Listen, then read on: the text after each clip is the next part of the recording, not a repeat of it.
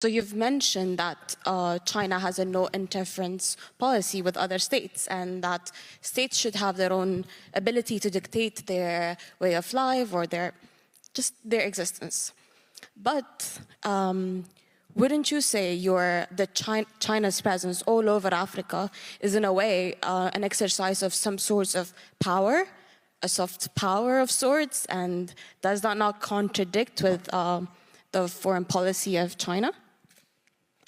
Allow me to mention one thing. Before China's extensive engagement with Africa, Africa itself is a forgotten continent. That's not what Victor Gao said. That's generally being said by Western countries. Africa, after decolonization, was more or less the forgotten continent. Western countries did not want to engage it for whatever reason. China went in. China treated every African country as brother and sister. And China really invested hugely in Africa. Now, many other countries are talking about engaging with Africa, including the United States, many European countries, India, for example. The more the better, because Africa should not be a monopoly for any other country, not for China, not for anyone else. Africa is for the African people, and the taste of the pudding is always, you should not be a judge yourself. You go to African country and ask them whether they like building a road, whether they like building a gymnasium, etc.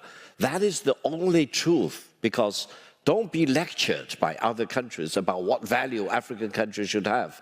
The African value will be different from many other continents, for example. The other countries in other continents will need to help the African country to build up their infrastructure, to build their manufacturing capabilities. And that is the only goal for China. China has no colonial objective for African countries. China is so far away physically from Africa. Whatever China is doing the same in ASEAN countries, in Latin American countries, for example. And this is a sign of China's philosophy. That is, if we build our pillars of transformation, we want to share that with you. If we believe building road is the only way out, we help you to build the road. Carl. Thank you. My name is Carl Jumbo, freshman student at Georgetown University. My question is simple. Are you not being hypocritical, Mr. Gao? Why I'm asking, you're saying that, okay, in Africa, you're allowing some buildings, some infrastructure to be there. I'm from Zimbabwe.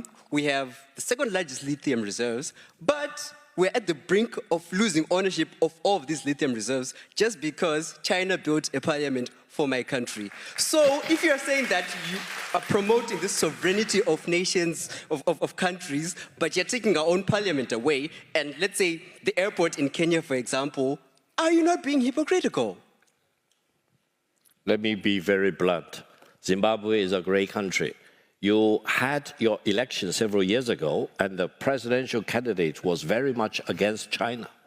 He's elected as the president, and once he's in his office, he changed his mind, because he knows for sure that for Zimbabwe development, China is the main contributor for the Zimbabwean economic development. If you do not agree with me, go back to your country, talk to your government, and check out over the past 30 years, which country has invested most heavily in your great country.